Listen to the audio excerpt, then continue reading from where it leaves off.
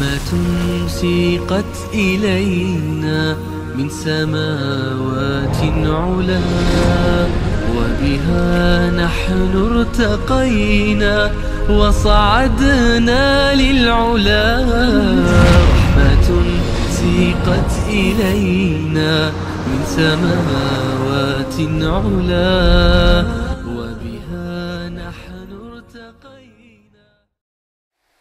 حاضرین مجلس، آج ہمارا موضوع ہے قصہ نوح، دروس و عبر۔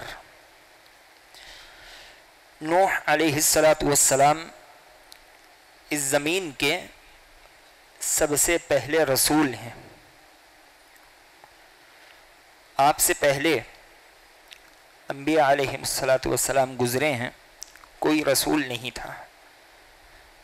آدم علیہ السلام، شیث علیہ السلام، ادریس علیہ السلام، یہ تینوں نبی تھے۔ نوح علیہ السلام یہ رسول تھے، اور رسول کا مرتبہ نبی کے مرتبے سے اونچا ہوا کرتا ہے۔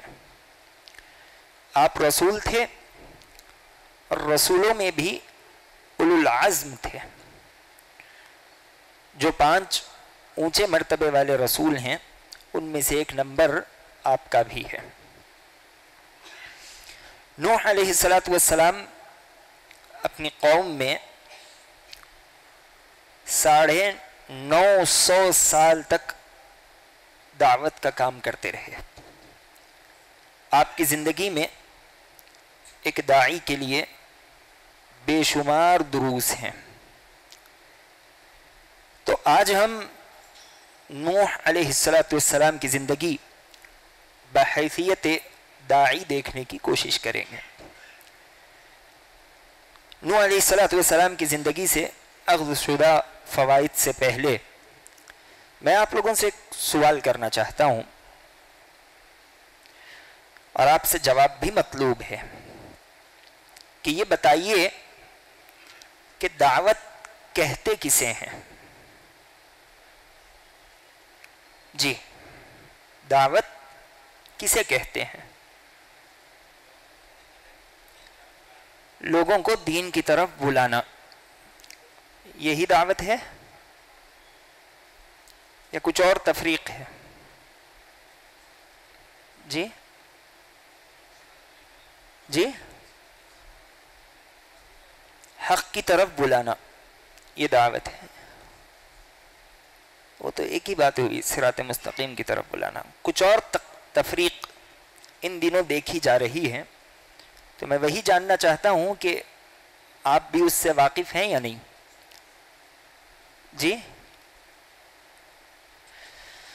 ان دنوں کہا جا رہا ہے کہ جو غیر مسلموں میں دین کا کام کرے وہ داعی ہے، اور جو مسلمانوں میں دین کا کام کرے وہ مصلح ہے۔ کیا بات صحیح ہے؟ نہیں ہے۔ جو بھی دین کا کام کرے، جیسا کہ ہمارے بزرگ نے بتایا، وہ دعوت ہے۔ لگ بھگ تقریباً ہم میں سے ہر آدمی داعی ہے۔ ہم اپنی اولاد پر دین کا کام کر رہے ہیں، گھر بار پر دین کا کام کر رہے ہیں، دوست احباب میں دین کا کام کر رہے ہیں، کسی کو کسی اچھی بات کا حکم دیتے ہیں جو دین اسلام ہمیں بتاتا ہے، کسی کو بری بات سے روکتے ہیں جو دین اسلام ہمیں بتاتا ہے۔ یہاں تک کہ امام ابن کثیر رحمہ اللہ علیہ نے کہا کہ ایک مؤذن جو اذان دیتا ہے وہ بھی داعی ہے، اذان بھی دعوت ہے۔ اور پچھلے دنوں آپ نے غالباً شیخ عبدالحسیب مدنی حفظہ اللہ کا ایک کلپ سنا ہوگا۔ آپ نے کہا تھا کہ خطبہ جمعہ سے بڑی کوئی دعوت نہیں، اور خطیب جمعہ سے بڑھ کر کوئی داعی نہیں ہے۔ تو اب یہ بات سب کے درمیان میں واضح ہو گئی کہ میں ایک داعی ہوں، آپ ایک داعی ہو۔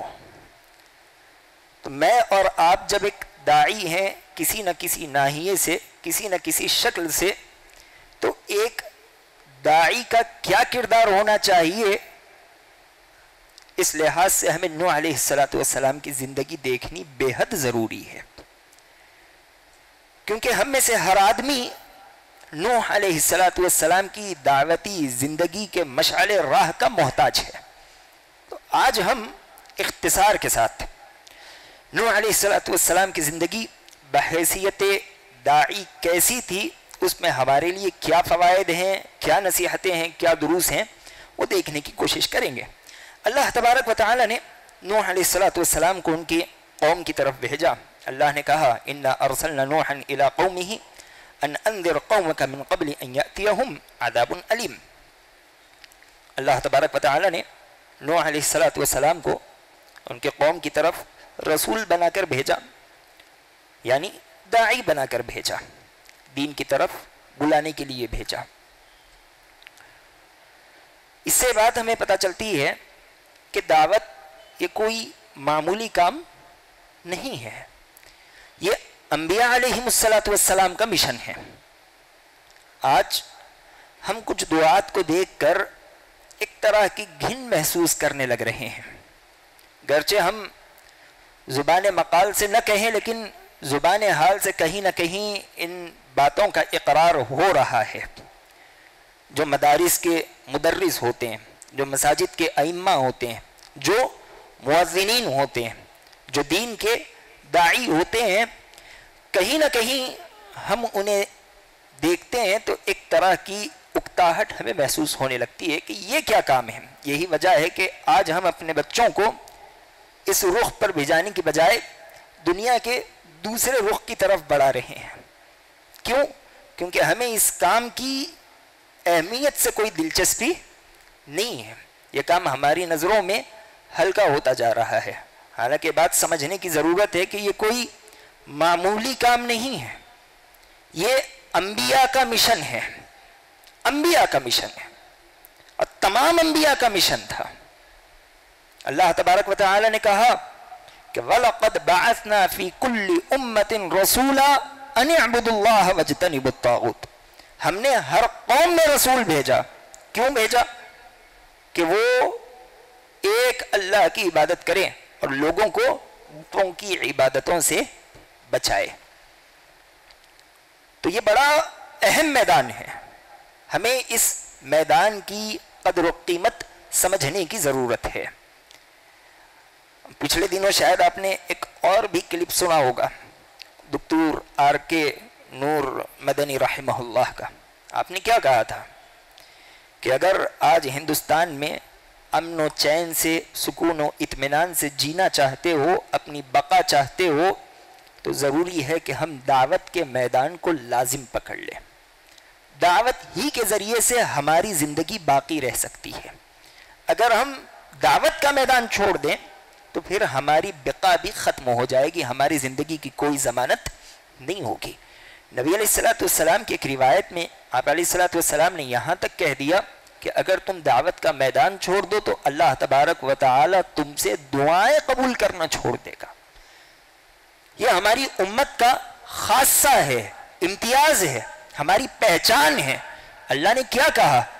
کنتم خیر امت اخرجت للناس تأمرون بالمعروف وتنہون عن المنکر۔ تم بہترین امت ہو۔ کیوں بہترین ہو گئے؟ کیا خاص بات ہے؟ اخرجت للناس، تمہیں لوگوں کے لیے بنایا گیا ہے، لوگوں کے لیے تم لائے گئے ہو۔ تمہارا کردار کیا ہے؟ تم کیا کرتے ہو؟ تأمرون بالمعروف وتنہون عن المنکر، نیکی کا حکم دیتے ہو اور برائی سے روکتے ہو۔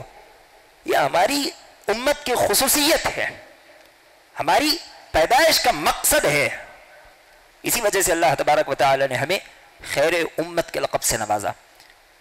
یہ دونوں چیزیں ایک دوسرے کو لازم و ملزوم ہیں۔ دعوت کا کام ہوگا، امت خیر پر برقرار رہے گی۔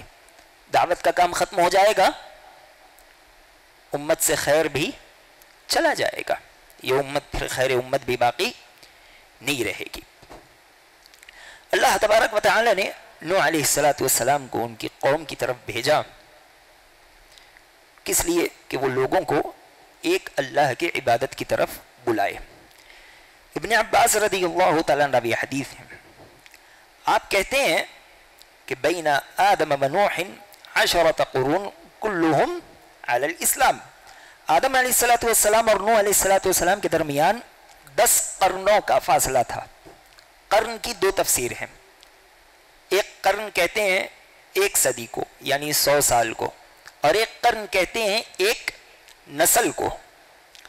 آج کے دور میں اگر ہم نسل کی بات کریں تو وہ بھی 100 سال کے لگ بھگ ہی پڑتی ہے، لیکن نوح علیہ السلام کے دور میں اگر ہم نسل کی بات کریں تو ایک نسل لگ بھگ 1000 برس کی پڑتی تھی۔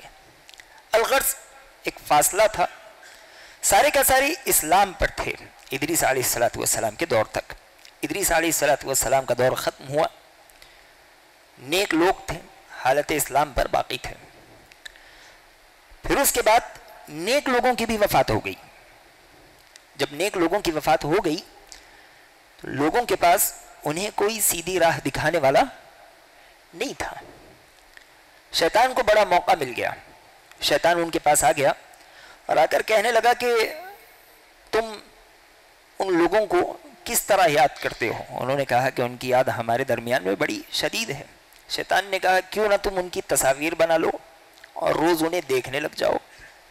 لوگوں نے کہا کہ یہ تو بڑی اچھی بات ہے، تصویریں بنا لی گئی۔ پھر ان کے دماغوں میں ایک بات آئی کہ تصویر سے بہتر ہے کہ ان کا مجسمہ بنا لیا جائے۔ مجسمہ بنا لیا گیا، مورتی بنا لی گئی اور مورتیوں کے پاس بیٹھا جانے لگا۔ یہ نسل ختم ہو گئی، دوسری نسل آئی، تو جو دوسری نسل تھی انہوں نے دیکھا کہ ہمارے آبا و اجداد تو انہی کے پاس بیٹھا کرتے تھے، ان کے سامنے جھکا کرتے تھے، لہذا یہی ہمارے معبود ہیں، ہم ان کی عبادت کریں گے۔ اللہ کے نبی علیہ السلام نے کہا اولئک قوم اذا مات فیہم العبد الصالح او الرجل الصالح بنوا علی قبره مسجدا وصوروه فیہ تلک الصور اولئک شرار الخلق عند اللہ۔ نبی علیہ السلام نے کہا کہ یہ وہ قوم ہے جب ان میں کوئی نیک آدمی مر جاتا تو اس کی قبر پر مسجد بنا لیتے، اسے سجدگاہ بنا لیتے، اس پر آتے جھکتے، وہاں عبادتیں کرتے اور اس کی تصویر اس کے قبر پر بنا دیا کرتے۔ نبی علیہ السلام نے کہا کہ یہ اللہ کے پاس سب سے بدترین مخلوق تھی۔ یہاں دیکھیں ان کے پاس شرک کیسے پیدا ہوا۔ میں ایک نکتے کی طرف آپ لوگوں کو لانا چاہتا ہوں، محسوس پرستی۔ کوئی بھی چیز ہمیں محسوس ہونی چاہیے۔ نیک لوگ مر گئے، ان کی یاد ہم کیسے محسوس کریں گے؟ تصاویر میں محسوس کریں گے، مجسموں میں محسوس کریں گے، اور یہ محسوس پرستی انہیں کہاں تک لے گئی؟ شرک تک، جہنم کے گڑھوں تک۔ آج بھی ہمارے درمیان میں محسوس پرستی کا رواج چل رہا ہے۔ کیسے چل رہا ہے؟ جہنم کی آیتیں چلتی ہے، پیچھے جہنم کے عذاب کی تصاویر آتی ہیں، حالانکہ کوئی ذہن جہنم کے عذاب کو سوچ بھی نہیں سکتا، کوئی ویسی تصاویر بنا ہی نہیں سکتا۔ جنت کی آیتوں کی تلاوت چل رہی ہے، باغات کی تصاویر سامنے آ رہی ہے۔ نبی علیہ السلام نے کیا کہا؟ فیہا ما لا عین رأت ولا اذن سمعت ولا خطر علی قلب بشر۔ خطبے کا پوسٹر بنتا ہے، عنوان ہے دعا مومن کا ہتھیار۔ کافی ہے؟ نہیں، 2 ہاتھ اٹھا دیے گئے ہیں اوپر۔ یہ محسوس پرستی ہے۔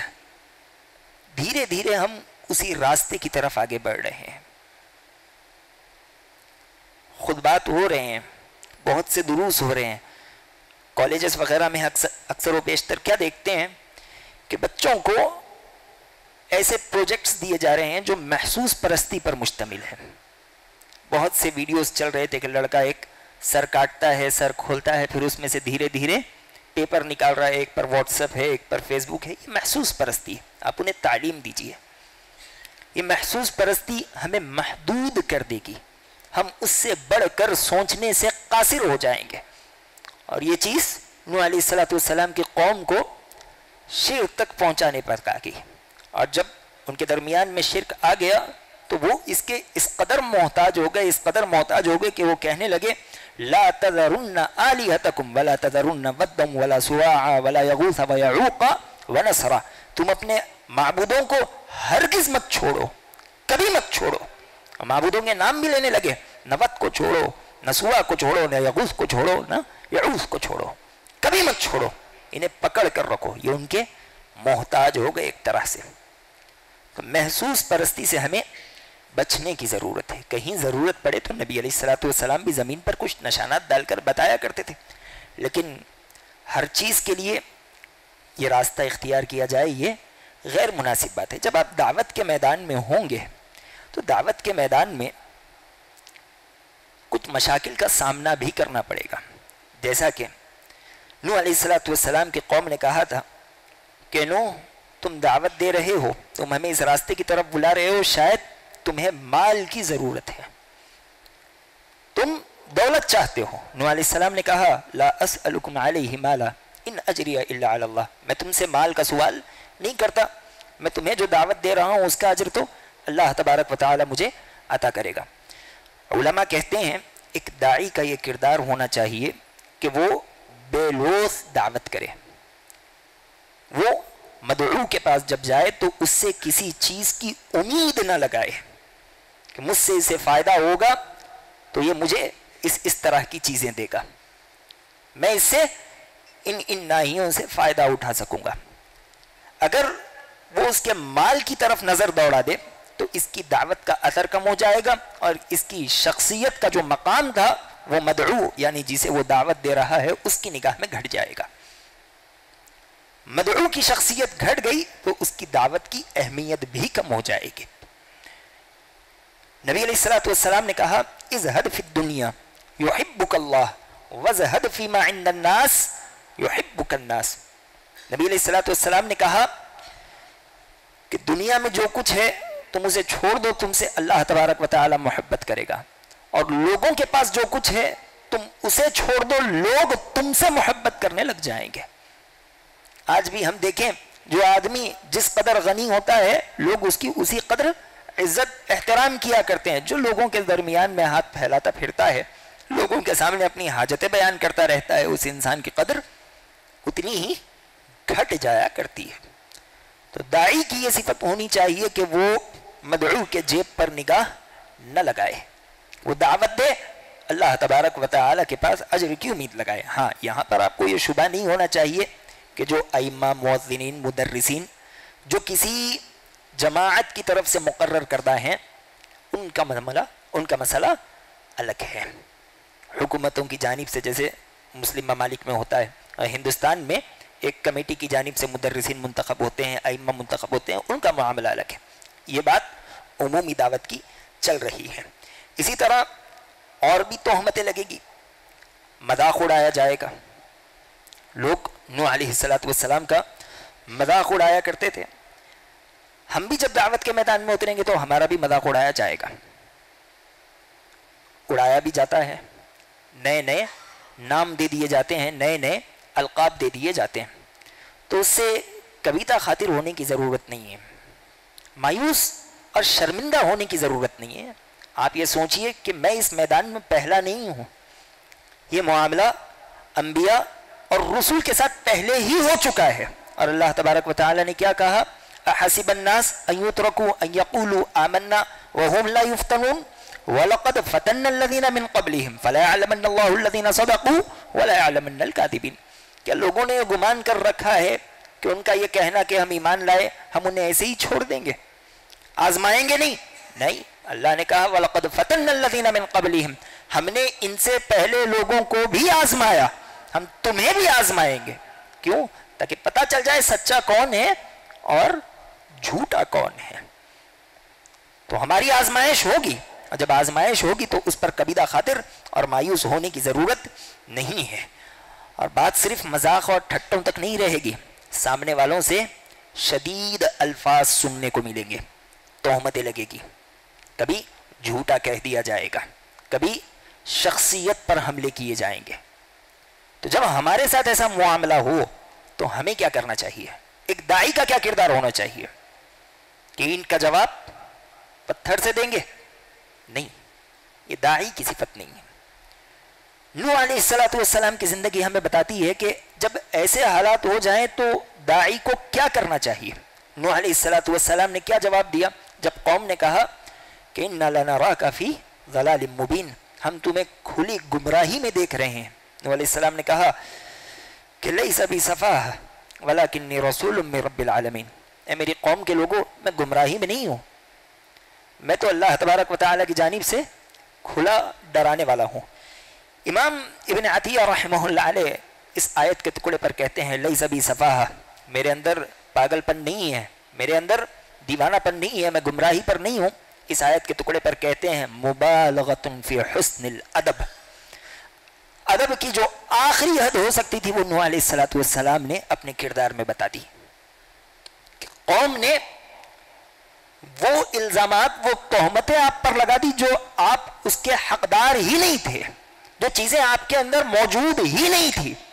آپ کو غضبناک ہو جانا چاہیے تھا، لیکن اس کے باوجود ایک داعی کا تحمل دیکھیے، اس کا کردار دیکھیے، انہوں نے ان کی زبان میں جواب نہیں دیا بلکہ داعی کے وقار کو برقرار رکھا، داعی کے وقار کو برقرار رکھتے ہوئے جواب دیا۔ اور یہ بات بھی یاد رکھیے کہ جب آپ دعوت کے میدان میں ہوں گے، جو مدعو ہوگا اگر شیطان کے بھٹکاوے میں آ جائے تو وہ اسی طرح کے الزامات اور تہمتوں کے ذریعے سے آپ کو آپ کے موضوع سے ہٹانے کی کوشش کرے گا کہ تم الا ہو فلاں ہو، تمہارے یہ معاملات ہیں، تم اس طرح کی حرکتیں کرتے ہو، تم وہ کرتے ہو۔ اور اگر داعی کچا ہو تو وہ کیا کرے گا؟ اصل موضوع چھوڑ کر وہ بیکار موضوعات پر لمبی لمبی گفتگو کرنے لگ جائے گا۔ نہیں، نوح علیہ السلام نے کیا کہا؟ لیس بی سفاہ ولکنی رسول من رب العالمین۔ آپ مختصر جواب دیجئے اور اصل موضوع پر واپس آ جائیے کہ نہیں، میں تو اللہ کی جانب سے کھلا ڈرانے والا ہوں، میرا یہ کردار ہے، چاہے تم کچھ بولو، میں اپنے منصب سے پلٹنے والا نہیں ہوں، جو مشن مجھے دیا گیا ہے میں اسی پر گامزن رہنے والا ہوں۔ یہ ایک داعی کا کردار ہونا چاہیے۔ اور اسی طرح داعی دعوت دیتے وقت اس بات کا لحاظ رکھے کہ جتنا اس کے پاس ہے اسی کا دعویٰ کرے، ضرورت سے آگے بڑھ کر لمبی لمبی چھوڑنے نہ لگ جائے۔ بسا اوقات ہم سامنے والے پر اپنا اثر قائم کرنے کے لیے ان چیزوں کا دعویٰ کر دیتے ہیں جو کہ اصلاً ہمارے پاس موجود ہی نہیں ہے، چاہے مال سے ہو، رتبے سے ہو یا پھر علم سے ہو۔ نوح علیہ السلام کا کردار دیکھیے، آپ نے کہا وَلَا أَقُولُ لَكُمْ عِنْدِي خَزَائِنُ اللَّهِ، میں تم سے یہ تو نہیں کہتا کہ میرے پاس اللہ تبارک و تعالیٰ کے خزائن ہیں، وَلَا أَعْلَمُ الْغَيْبِ، میں غیب بھی نہیں جانتا۔ اس سے ہماری شخصیت مجروح نہیں ہوگی بلکہ ہمارا وقار بڑھ جائے گا، ہم معاملات میں پھنسنے سے بچ جائیں گے کہ میں نے تو دعویٰ ہی نہیں کیا، جو میرے پاس ہے میں تمہیں بتا رہا ہوں، بعض بات اتنی ہی ہے۔ اور نبی علیہ السلام نے کیا کہا؟ وَمَا تَوَاضَعَ أَحَدٌ لِلَّهِ إِلَّا رَفَعَهُ اللَّهُ، جو اللہ کے لیے تواضع اختیار کرے گا اللہ تبارک و تعالیٰ اسے بلندی عطا کرے گا۔ اور اسی کے ساتھ داعی کا ایک اہم کردار نوح علیہ السلام کی زندگی سے ہمیں یہ ملتا ہے کہ مدعو اگر بات نہ مانے، وہ ہم پر کسی طرح کا ٹھٹا مذاق کرے یا الزام لگائے تو ہم اس کی نیت پر حملہ نہ کریں، ہم اس کی نیت پر فتویٰ نہ دیں، حکم نہ لگائے۔ نوح علیہ السلام نے کہا تھا اللہ اعلم بما فی انفسہم، تمہارے دلوں میں کیا ہے وہ اللہ تبارک و تعالی جانتا ہے، میرا کام تمہیں دعوت دینا ہے، میرا کام تمہاری نیتوں پر حکم لگانا نہیں ہے۔ ہم جب کسی مدعو کے پاس پہنچتے ہیں اس سے بات بن جائے تو بہتر، اگر بات نہ بنے تو سیدھے ہمارے فتوے سامنے والے کی نیت پر ہوتے ہیں۔ دیکھیے نیت دیکھنا یہ اللہ تبارک و تعالیٰ کا کام ہے، میرا اور آپ کا کام نیت کو دیکھنا نہیں ہے۔ ہماری جو ذمہ داری ہے وہ ادا کرے، اللہ تبارک و تعالیٰ اس کے جو افعال ہیں وہ انجام دے گا، کس کی کیسی نیت ہے، کون کیا چاہتا ہے، کون کیا نہیں چاہتا۔ کل کے درس میں ہم نے بیان کیا تھا کہ اسامہ بن زید رضی اللہ تعالیٰ نے کلمہ پڑھنے کے بعد ایک آدمی کو قتل کر دیا۔ نبی علیہ السلام نے کیا کہا؟ کیا تم نے اس کا دل چیر کر دیکھا تھا؟ اور ایک روایت کے مطابق تم اس کا دل چیر کر دیکھ لیتے کہ اس نے کس نیت سے کلمہ پڑھا۔ تو نیتوں کے اوپر حکم لگانا یہ ہماری ذمہ داری نہیں ہے۔ ایک اور بات کہ داعی کبھی مایوس نہ ہو، یہ بڑا درس ہمیں نوح علیہ السلام کی زندگی سے ملتا ہے۔ آپ نے کتنے سال دعوت کا کام کیا؟ 950 سال آپ داعی بن کر رہے, 950 سال. اس سے ہمیں بات پتہ چلتی ہے کہ دعوت میں استمرار ہونا چاہیے. مجھ سے اور آپ سے کبھی کیا ہو جاتا ہے, ارے ہم نے 10 مرتبہ اسے اس دعوت کی طرف بلایا لیکن وہ ماننے کے لیے تیار ہی نہیں, اس کے اوپر باتوں کا اثر نہیں ہوتا, اسے ہم نے اس کے حال پر چھوڑ دیا. داعی کبھی مایوس نہیں ہوا کرتا, وہ اپنے کردار کو برقرار رکھتا ہے, وہ دعوت کے مشن پر گامزن رہتا ہے. اور دوسرا درس نوح علیہ السلام کی زندگی سے ہمیں یہ ملتا ہے کہ دعوت کے میدان میں گامزن رہنے کے بعد آپ نتیجے کی فکر مت کیجیے کہ میں اتنے وقت سے دعوت دے رہا ہوں, اتنے لوگوں کو دعوت دے رہا ہوں, اس کا اثر کیا نکلا. نتیجے کی فکر مت کیجیے. کہ کوئی بتا سکتا ہے کہ نوح علیہ السلام کی قوم سے کتنے لوگوں نے اسلام قبول کیا 950 سال کی دعوت کے بعد؟ 90 آدمی, اور 82 آدمی کا ذکر آتا ہے بس. 82 کتنے سال کی محنت کا نتیجہ ہے؟ 950 سال کے بعد کتنے لوگوں نے اسلام قبول کیا؟ 82 آدمیوں نے. اس سے میں 2 باتیں آپ لوگوں کو کہنا چاہتا ہوں. کیا نوح علیہ السلام کے پاس قابلیت نہیں تھی؟ اولو العزم انبیاء میں سے تھے. کیا بات پتہ چلتی ہے؟ بات یہ پتہ چلتی ہے کہ نتیجہ دیکھنا یہ میرا اور آپ کا کام نہیں ہے. حدیث شفاعہ ہم نے سنی ہے, نبی علیہ السلام نے کہا قیامت کے دن کچھ انبیاء ایسے آئیں گے جس کے ساتھ ایک بھی امتی نہیں ہوگا. تو کیا اس نبی نے دعوت کا کام نہیں کیا؟ نہیں, انہوں نے پورے کردار کے ساتھ دعوت کا کام کیا. تو نتیجہ دیکھنا ہے ہماری ذمہ داری نہیں ہے. دوسری بات یہ ہے کہ ہم عوام کو دیکھ کر عالم کے وزن کو تولنا چھوڑ دیں کہ کس کی مجلس میں کتنے لوگ آتے ہیں, جتنے آتے ہیں وہ اتنا بڑا عالم ہے, جتنے کم آتے ہیں وہ اتنا چھوٹا عالم ہے. یہ غلط ترازو ہے, اس کا تول غلط نکلے گا, نتیجہ غلط نکلے گا. عطا بن ابی رباح رحمہ اللہ, ابن عباس رضی اللہ تعالیٰ عنہ سے مکہ والوں نے کسی مسئلے میں سوال کیا. ابن عباس رضی اللہ تعالیٰ عنہ نے کہا کہ اے مکہ والو, تم مجھ سے سوال کرتے ہو اس حال میں کہ عطا بن ابی رباح تمہارے درمیان میں موجود ہے. یہ وقت کے بڑے تابعی تھے. اور امام ذہبی رحمہ اللہ علیہ لکھتے ہیں کہ عطا بن ابی رباح کی پوری زندگی میں جو شاگردوں کی تعداد بنتی ہے وہ 9 ہے. کتنی ہے؟ 9. تو کیا عطا بن ابی رباح بڑے عالم نہیں تھے؟ نعوذ باللہ. اس وقت ساری دنیا ان کے علم کی محتاج تھی. جنہوں نے کبار صحابہ سے علم حاصل کیا, ابن عباس ان کے علم کی گواہی دے رہے ہیں, تو آپ ان کے مقام کا اندازہ لگا لیجئے. آج کوئی ذرا اچھا بولنے لگ جائے تو بس ہم حدیث پڑھانے والے کے سامنے, بڑے عالم کے سامنے اسے اہمیت دینے لگ جاتے ہیں اور اسے نظر انداز کرنے لگ جاتے ہیں. ہمارا یہ ترازو بالکل بھی صحیح نہیں ہے. کس کے یوٹیوب پر کتنے ویوز ہیں, فیس بک پر کتنے فالوورز ہیں, اس عالم کا وزن اتنا ہی ہوتا ہے. یہ غلط ہے. اور ایک بات نوح علیہ السلام کی زندگی سے جو ہمیں پتہ چلتی ہے وہ یہ کہ کسی بھی خیر کے کام میں استمرار یعنی ہمیشگی برتنا یہ اخلاص نیت پر دلالت کرنے والا عمل ہے. شیخ عبد الباری مدنی حفظہ اللہ کہتے ہیں جو آدمی خیر کا کام ایک وقت تک کرے اور پھر لوگوں کی باتوں سے بیزار ہو کر خیر کا کام چھوڑ دے تو اس سے یہی بات سمجھ میں آتی ہے کہ اس آدمی کی نیت میں کچھ فرق تھا جس وجہ سے یہ اپنے کام پر ہمیشگی نہیں برت سکا. تو کام پر ہمیشگی برتنا یہ داعی کے اوصاف میں سے ہے. اور اسی طرح داعی کے کچھ اور اوصاف بھی بیان کیے گئے ہیں. جیسا کہ نوح علیہ السلام نے جب دعوت کا کام شروع کیا تو آپ نے لوگوں کو پہلے ترغیب دلائی کہ تم اللہ کی عبادت کرنے لگ جاؤ, اللہ تبارک و تعالیٰ تمہارے گناہوں کو مٹا دے گا. تو ہم بھی جب دعوت کا کام کریں تو سامنے والوں کو اس طرح کی ترغیب دیں.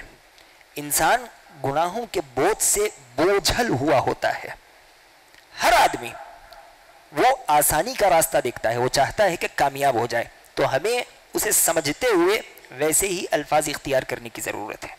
اور جہاں ترغیب دیں وہیں کچھ دیر بعد ترہیب بھی ہونی چاہیے، جیسا کہ نوح علیہ السلام نے کہا تھا ما لکم لا ترجون للہ وقارا، تمہیں کیا ہو گیا کہ تم اللہ تبارک و تعالی کے وقار کا لحاظ نہیں رکھتے.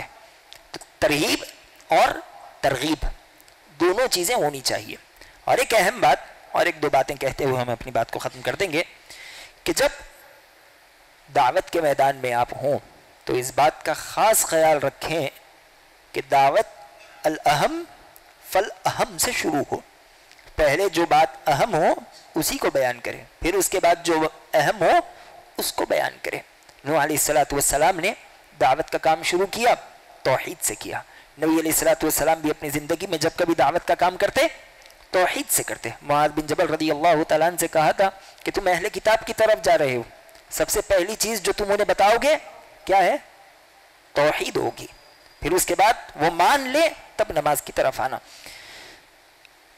چنگیز خان کا دور تھا. بغداد سے ایک وفد چنگیز خان کے پاس پہنچا دعوت دینے کی غرض سے. اس وفد کے جو امیر تھے، جو سربراہ تھے، ان کا نام تھا اشرف الدین. چنگیز خان کے سامنے وہ بیٹھے. چنگیز خان نے پوچھا کہ کیا مسئلہ ہے؟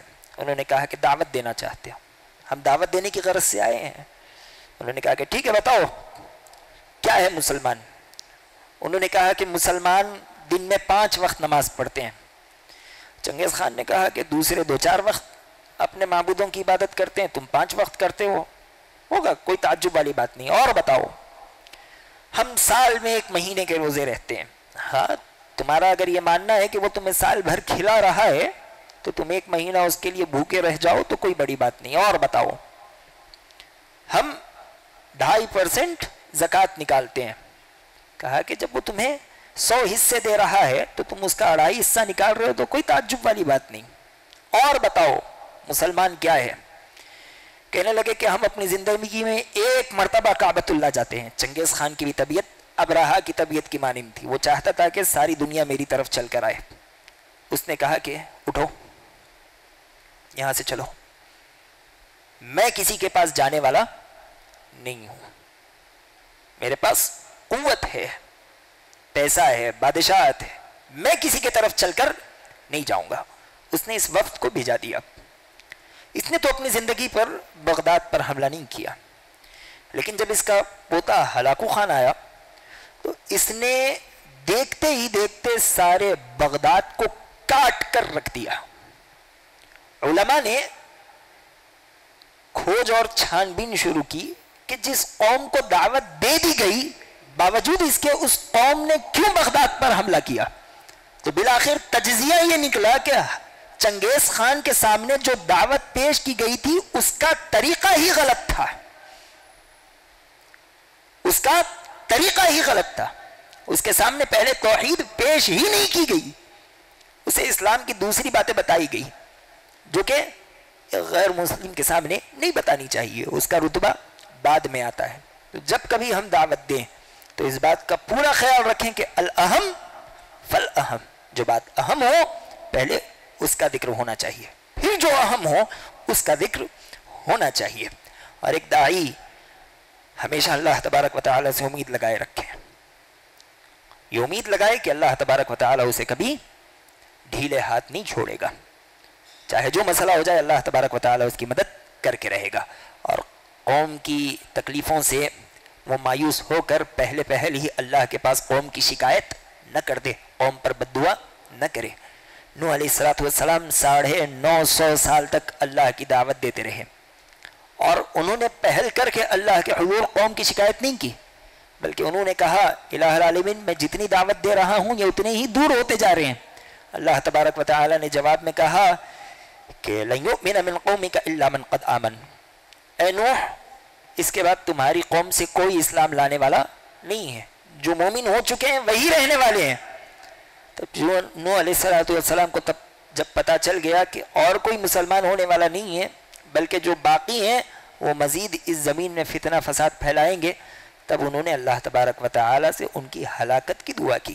کیوں؟ کیونکہ ان لوگوں نے ان کو تکلیفیں دینے میں ساری حدیں پار کر دی، حتیٰ کہ نوح علیہ السلام کو یہ کئی دفعہ اس قدر مارتے کہ نوح علیہ السلام بے ہوش ہو کر گر پڑتے، اور جب بے ہوش ہو کر گر پڑتے تو انہیں حسیر میں لپٹ کر راستے کے کونے میں پھینک دیتے کہ یہ کچھ دیر بعد مر جائے گا، لیکن اللہ تبارک و تعالیٰ کا ان پہ فضل ہوتا، وہ پھر اٹھتے، وہ پھر قوم میں آتے اور پھر سے دعوت کا کام کرتے۔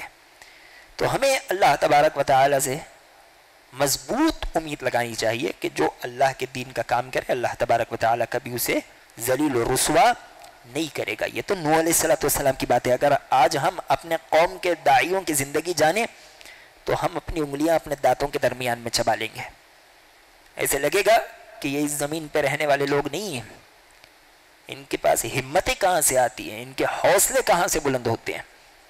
یہ اللہ تبارک و تعالیٰ پر مضبوط ایمان سے ہوتے ہیں۔ الغرض اللہ تبارک و تعالیٰ نے نوح علیہ السلام کی دعا قبول کر لی۔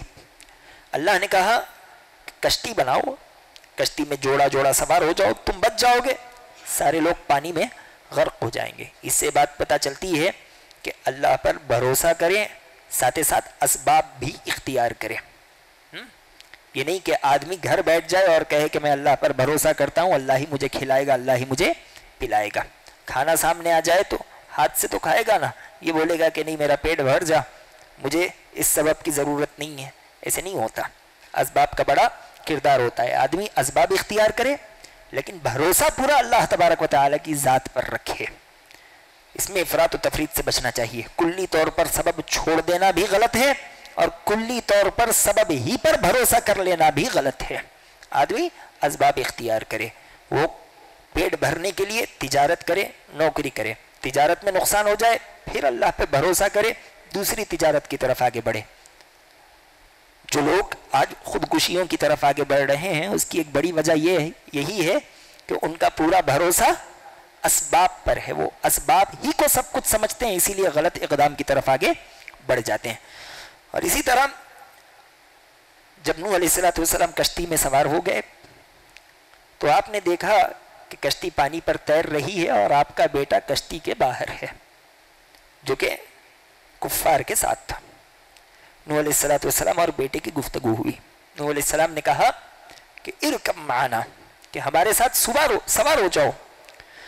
بیٹے نے کہا کہ میں اونچے پہاڑ کی طرف پناہ لے لوں گا، مجھے اونچا پہاڑ اس طوفان سے بچا لے گا۔ نوح علیہ السلام نے کہا کہ آج کے دن کوئی چیز اللہ کے عذاب سے بچانے والی نہیں ہے سوائے جس پر اللہ رحم کرے، جسے اللہ بچانا چاہے۔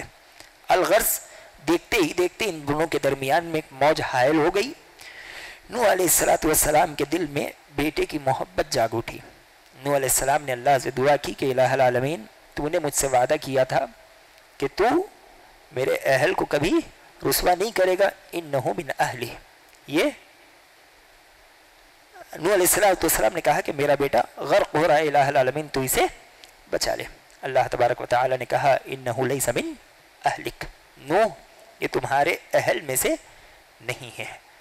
اہل میں سے کون ہیں؟ تو جو ایمان والے ہیں وہی اہل ہیں، وہی قرابت دار ہیں۔ خونی رشتے سے زیادہ مضبوط رشتہ ایمانی رشتہ ہوا کرتا ہے، اس کی مضبوطی خونی رشتے سے بھی زیادہ ہوتی ہے۔ اور دیکھیں کہ نوح علیہ السلام نے آخری لمحے تک اپنے بیٹے کی تربیت کی کوشش کی، آخری لمحے تک۔ عذاب آ چکا ہے، انہوں نے کہا کہ کشتی میں سوار ہو جاؤ۔ لیکن آج ہمارا کردار مختلف ہوتا نظر آتا ہے۔ بیٹا 16 برس کا ہو گیا، 17 برس کا ہو گیا، باپ نے کہا کہ میں نے اسے اس کے حال پر چھوڑ دیا، وہ سننے والا نہیں ہے، وہ برے دوستوں سے دور نہیں رہتا، لہذا باپ نے اسے آخ کر دیا۔ یہ ایک حقیقی باپ کا کردار نہیں ہے۔ حقیقی باپ آخری مرحلے تک بیٹے کی تربیت کی فکر کرتا ہے۔ اور اسی طرح آج جو ایک بڑی کمی باپ بیٹوں کے درمیان میں دیکھی جا رہی ہے وہ مکالمے کی کمی ہے۔ آپ دیکھیے نوح علیہ السلام اور ان کے بیٹے کے درمیان میں کلام ہو رہا ہے، ابراہیم علیہ السلام ان کے بیٹے کے درمیان میں کلام ہے، یعقوب علیہ السلام اور ان کے بیٹے کے درمیان میں کلام ہے۔ لیکن آج ہفتوں گزر جاتے ہیں، مہینے گزر جاتے ہیں، برس گزر جاتے ہیں، بیٹا گھر میں داخل ہو رہا ہے، منہ پھیر کر کمرے میں جا رہا ہے، باپ داخل ہو رہا ہے تو وہ آرام سے ہال میں بیٹھتا ہے، کسی کی مجال نہیں ہے کہ باپ کے سامنے آ کر گفتگو کر سکے. نہیں، یہ کوئی اچھا کردار نہیں ہے. آپ اپنے گھر والوں سے گفتگو کیجیے، ان کے حال احوال جانیے، ان کی تکلیفیں سنیے، وہ آپ پر بھروسہ کریں گے. ہم ابراہیم علیہ السلام کی زندگی میں اس بات پر گفتگو کریں گے کہ آج ہمارے بچے ہماری بات کیوں نہیں مانتے، کیوں اسماعیل علیہ السلام باپ کے ایک جملے پر کٹنے کے لیے تیار ہو گئے تھے، انہیں کیوں ان پر اتنا بھروسہ تھا. ہم آنے والے درس میں اس پر گفتگو کریں گے. الغرض خلاصہ یہی ہے کہ ابراہیم نوح علیہ السلام کی زندگی ہمارے لیے بہترین نمونہ ہے، بہترین آئیڈیل ہے. ہم میں سے ہر آدمی داعی ہے، اور جو یہ سمجھتا ہے کہ وہ داعی ہے اسے نوح علیہ السلام کی داعیانہ زندگی اور داعیانہ اوصاف سے استفادہ کرنے کی ضرورت ہے. اللہ تبارک و تعالی سے دعا ہے کہ الہ العالمین جو باتیں کہی گئی ہیں سمجھتے ہوئے اس پر عمل کرنے والا بنا. آمین. وآخر دعوانا الحمدللہ رب العالمین والسلام علیکم ورحمۃ اللہ وبرکاتہ. مسجد عباد الرحمن کے پلیٹ فارم سے ہونے والی دعوت و تبلیغ کے مشن کو آگے بڑھانے میں ہمارا بھرپور ساتھ دیں. علم و عمل سے ناطہ جوڑنے کے لیے اہل علم سے جڑیں. مسجد عباد الرحمن کے یوٹیوب چینل کو سبسکرائب کریں اور آگے شیئر کرنا ہرگز نہ بھولیں. فجزاکم اللہ خیر.